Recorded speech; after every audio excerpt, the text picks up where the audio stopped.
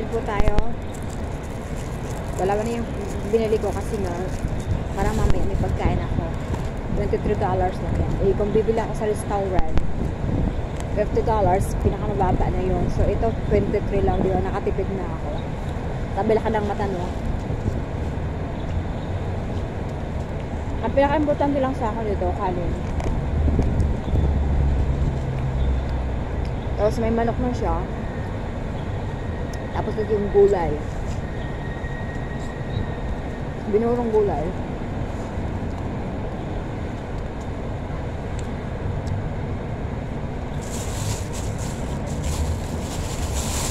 Ito yung bili yung bayabas, oh. $15. At syempre hindi mawawala yung aking kape. Ayan, kape to the next. Ang dami ng kanin nila.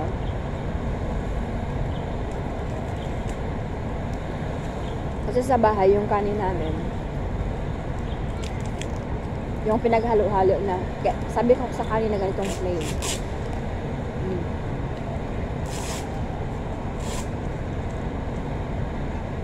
Kasi nga yung alaga ko, baby, pang madali ang luto lang. Yun ang purpose nila, para madali makaluto. Isahang galaw lang.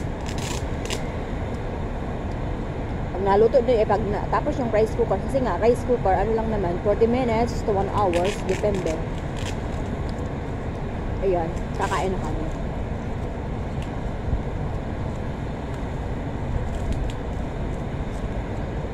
Siyempre, silang masusunod, sila amo eh.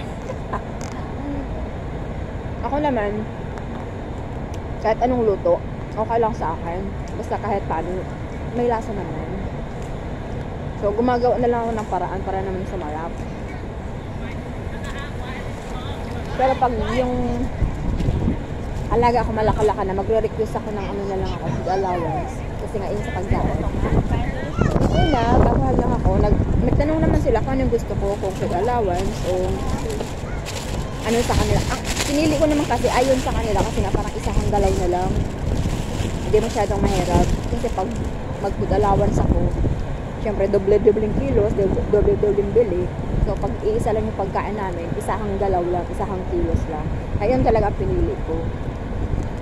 So pag malaki na yung alaga ko, so magre-request ako ng food allowance. Kasi nga kahit paano, naka-adjust na sila. Sila at ako rin. Kain po tayo, hindi ako nangyaya.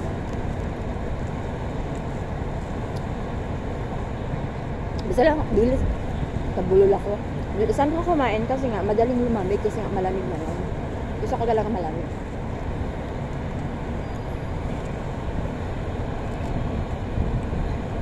Inisip ko sana mag-ano ako mag-McDo. Sa McDo kasi walang kanin. Mahina ako pag walang kanin. Nagugutom ako.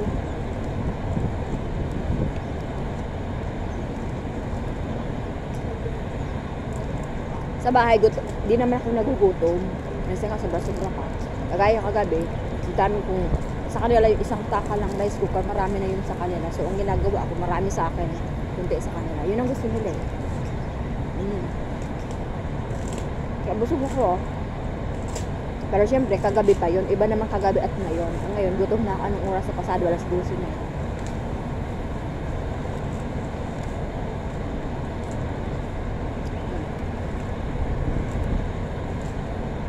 Sana ngayon nasa sentral ako.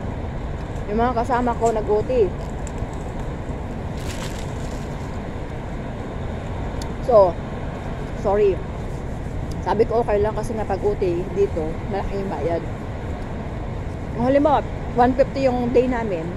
So, pag-OT, depende sa amo, pero mas malaki. Yung iba, 150 ang binibigay, pero yung iba mas malaki. Minsan doble pa nga eh. Kasi nga, iba naman yung OT. Kasi nga, obligado naman talaga yung amo na papalabasin ka ng isang beses sa isang linggo. So, parang konsiderasyon na lang. So, linalakihan na lang nila. Para dang yung kanilang check hindi lumabas. Ganun.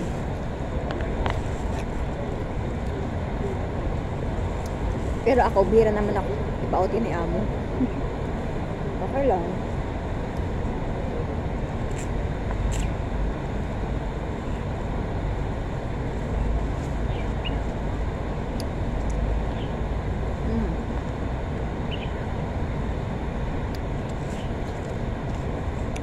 Pag dito lang ako, tipid ako.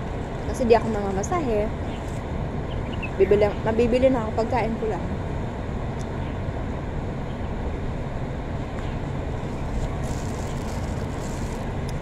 Pero syempre, namimiss din natin yung gala. Paminsan-minsan. Kung paminsan-minsan, okay lang. Kasi syempre, nakakaboring naman. Lagi-lagi na lang ako dito. Oh, nasasawa rin ako. Charot.